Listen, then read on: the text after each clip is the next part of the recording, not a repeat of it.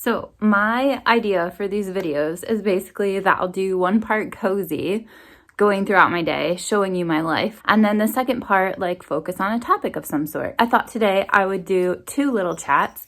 One is about the NPR Book Concierge because it came out recently. Basically what I did was I pulled all the books that I already own that ended up on the list, and I put them on a particular section of my TBR cart.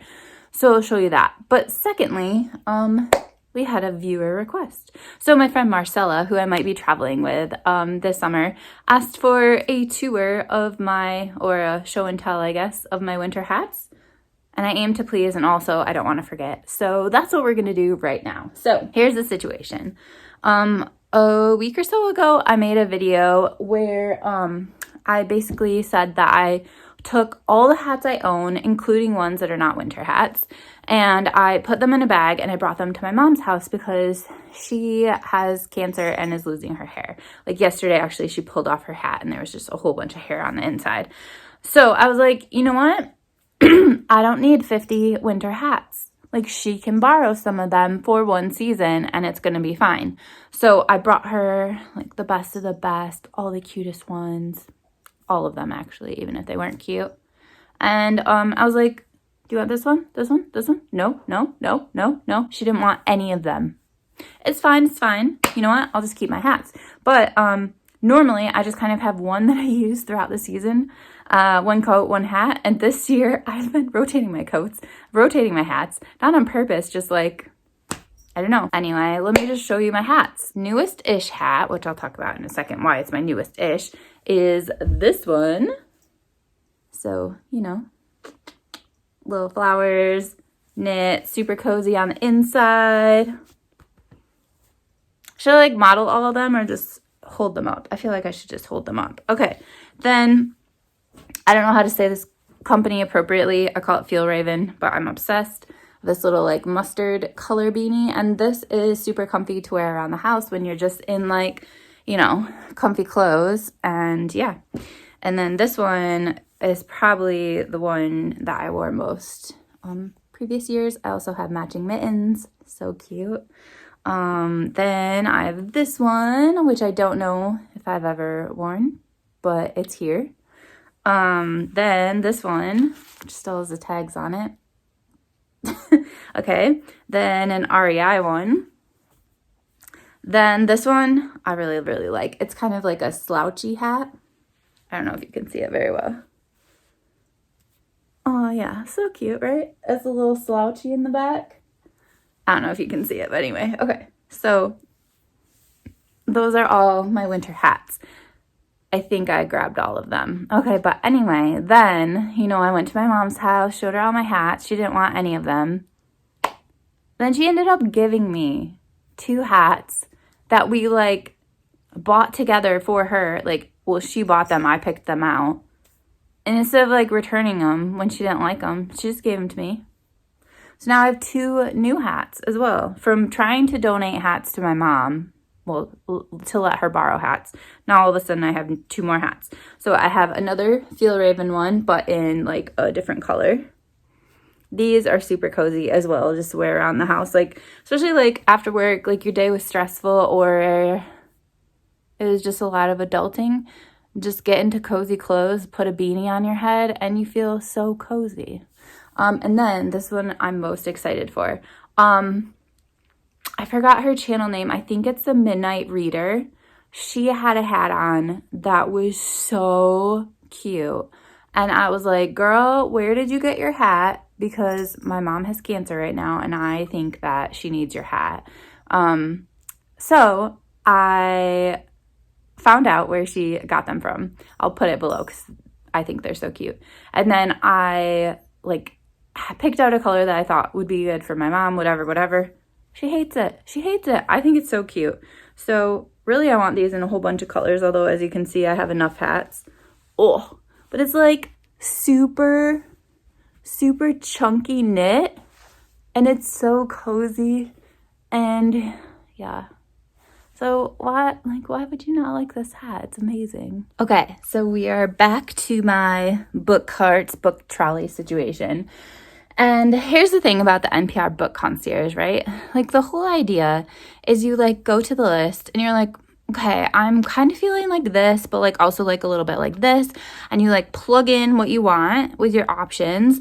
And then it gives you books that it recommends. So I think that concierge is like a perfect name for what it actually does. And I think they changed it to like NPR's Books We Love. That's stupid, okay? That's stupid. Okay, so I pulled out all the books that I own that were from the list this year only. If I did the list of all time, there would be loads more, but I wouldn't have room for them on a single shelf because I barely have room for these. So I think I'll go through nonfiction first because there's only 2 that were on the list that I own. And then I'll go into fiction, which is a lot of them. And many of them are signed because of me being in Parnassus's first edition book club, which I have been in for years and will never stop being a part of. First, it is The Wager, A Tale of Shipwreck, Mutiny, and Murder by David Grann. I believe Heidi read this and loved it, and I'm pretty sure that Doris did as well, but I'm not 100% sure. I feel like they buddy read it together. But I've heard that it kind of reads like fiction and it's super fast paced and stuff like that, which is exactly what I like. Kind of matches my hat. Okay, then Poverty by America, which is by Matthew Desmond. This is the book that I wanted to read Barbara Kingsolver's, new book, plus the Dickens that it was like a retelling of, plus this, plus a few other books on Appalachia. So it's this whole thing. I feel like fiction, nonfiction pairings is like a thing that's on my mind right now. Kind of like the Common Core readathon or reading prompt that Doris had in her summer school readathon that I really want to come back. So Doris, can you please make it come back? Okay, thanks. Okay, then for fiction, we have The Fourth Ring, which a independent bookseller convinced me to buy, even though it's not normally something that's my jam. She said the same, but she loved it. Then Our Hideous Progeny, which this was recommended to me by basically another author when I stalked her Instagram and saw what she was reading. So basically it wasn't recommended to me, I just stalked. Then This Beast, The Covenant of Water by Abraham Verghese. I loved his other books so much, so I'm so excited to get to this one, but it is a chunker and I am intimidated as crap. Okay, then Burnham Wood, which I had an advanced copy of and never got to, which is a bummer when the book is super popular. Then In Memoriam by Alice Wynne. I think I bought this based on the cover and the inside flap, but then afterwards, Sarah ended up reading it and loving it. So now it was higher on my list anyway because of that. And then the NPR book concierge also thinks that it's amazing. So, Absolution by Alice McDermott. I have, this is a signed copy, but I also have an advanced copy of it as well that I also did not get to. There's like a pattern here. The Heaven and Earth Grocery Store by James McBride, also signed. I feel like I also had an advanced copy of it. Lone Women, by Victor Lavalier. I don't know if that's how you say his last name, but it sounds fancy if you say it that way. Bright Young Women by Jessica Knoll. Starling House, which I started and didn't really get into, but I'm going to try again. Same thing with this one. This is Tom Hanks' newest book. I loved his book of short stories. This one I was slightly bored with, but it is also signed, so that's cool as well. Emily Wilde's Encyclopedia of Fairies. Brie has been raving about that one, so that's been on my list for a while. The Reformatory by Tanner Dew. I have been really curious about reading her books because someone from the Brown Girl Reading Book Club, I can't remember who it was, but they said basically like, I don't even know what they said, but basically like a different book by her about a house was like so intense. And it made me want to read that one, and I do own it. But then when I saw that she was coming out with another one, I was like, heck yes, please sign me up. But then it arrived like after Halloween because I think it came out on Halloween. Was Halloween on a Tuesday? I don't know. Anyway, yeah, I just wanted it out earlier. But I will still read it and still enjoy it because the whole winter season is like good for spooky stuff. House of Cotton, which I got at a feminist bookstore in Chicago, and I just based it basically on the inside flap and what it was about, and it turns out NPR liked it as well. The Postcard by Anne Brist. I feel like this one's signed as well. Yes, it is. It is signed as well. And then finally, The House is on Fire. So let me know if I should read any of these. I didn't really go through like a little premise of any of them because that would take forever, and also because I don't know a lot of them. I'd have to reread the inside flap. But yeah, let me know if you think there's any I should prioritize. And these are what I own from this year's NPR Book Concierge list. Okay, the other book that I started and I don't plan to finish it anytime soon, it's definitely like a book that I read a little bit of here and there, is Slavery by Another Name. This is by Douglas A. Blackman. And I basically don't know if I would have picked it up just researching the author because it's a white guy, and I'm just always hesitant on like a white guy writing a book about Black history. But this was actually recommended to me by Jessie, or recommended to the world in general, not just to me personally, because she talked about how some of the information that she used in her book Homegoing was taken from this book. And this basically tells of the time from when slavery officially ended through World War II, or II. I guess it just stops at World War II. And I am hardly very far in it all. I think I'm not even through the introduction. But I have so many highlights already. So let me just give you a quick little glimpse into this book because, you know, it's going to be a long time before I finish it, and there's going to have to be a whole standalone situation because there's so much information. But basically, it's this idea at the beginning about how, well, probably a lot of the book, about how crimes are basically invented so that Black people can get into trouble for them and go to prison and or be sentenced to work or whatever, and then they're still slaves. They're just not called slaves. It's like a way around slavery, a loophole, slavery 2.0, if you could say that. So the first crime is vagrancy, and that's basically not being able to prove that you are employed. So also in the United States, there's so much of a emphasis on work and hard work and pulling yourself up by your bootstraps and all this sort of stuff. And I think that even in today's culture, there is a lot of criticism for Black joy and for Black pleasure time, that like, oh, they should be working. Like, what are they doing? Like, get a job, whatever. And that shows up in sneaky ways. But it's interesting that back in the day, that was used as a way to basically take care of them. So you were convicted of possibly not having a job. You didn't even have a chance to prove that you were employed or whatever. And then you got sentenced to work. So the work was like, for example, in this particular situation, you're in a coal mine, which I lived in a coal mining town like right before I moved back to Michigan. And there, the mine had closed, which basically created economic chaos for this community, just like really, really low income levels and horrible living situations because the coal mine had closed and that was their source of income.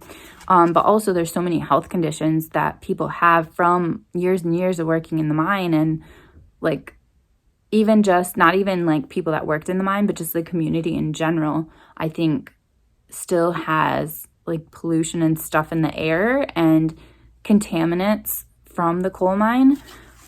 So there's that. But anyway, so this guy was convicted of not working or whatever. So he got put to work and he was chained inside a wooden barrack at night. And basically he had to spend every single waking hour like getting coal, digging and loading coal. He had to remove 8 tons of coal from the mine. If he didn't do his job well enough, he would be whipped. And then there's like, it's not just him, like all these other people were in the same situation as well. And there's just so much disease that goes through this population of workers, like not only just because of the mine and stuff like that, but also because of dangerous working conditions and then just close proximity to everybody and not enough rest time and nutrition and all that stuff. So they had pneumonia and tuberculosis. And within the first 4 weeks, 6 people died. And it says before the year was over, almost 60 men were dead of disease, accidents, or homicide. And so it's like, I think this book is going to cover all the different reasons why people were not able to get ahead after slavery was done, because it was never done. It was just changed in its name. And that's kind of the question that's being asked. How had so large a population of Americans disappeared into largely unrecorded oblivion of poverty and obscurity? And that was something that we were kind of talking about in our book club too, about how much is stacked against Black people in regards to home ownership and then passing that home down to children. And like, I think it's hard enough for anybody, like I don't live in a house, whatever, but then there are fewer Black people that own a home and that have had a home for generations compared to the white population. So it's like even more difficult, and it's like such a big deal. Like if you do own your own home, you want to hang on to it. You don't want it to be sold, or you want a legacy. You want something to be able to pass down to your kids. So there's this idea, which is false, that basically because Black people lived in slavery, that they developed like poor habits as a way to survive, and that's why afterwards they became in so much trouble. Like they got in so much trouble with the law and they were in prison, and like that's our whole prison system, is because they were just like over time not given correct habits and learned as a matter of survival poor habits like stealing and stuff like that. And like that's not at all true, because it's basically all us white people that are holding them down and not allowing them the opportunity to rise up. And this book, I can already tell, is just going to be so powerful. So highly recommend it, even though I'm on page like 5. And like the time that I spent reading it too shows how much I've gotten out, I feel like, of just like 5 pages or however much it's been, however many pages it's been, let alone like reading this whole book. I'm going to say goodnight to you so I can eat dinner, edit my video, and then just get cozy and watch all the other Vlogmas videos. I hope you guys have an amazing day when you are watching this, or an amazing evening if you're watching it at night. And I will see you guys for day 4, I think. Bye, guys.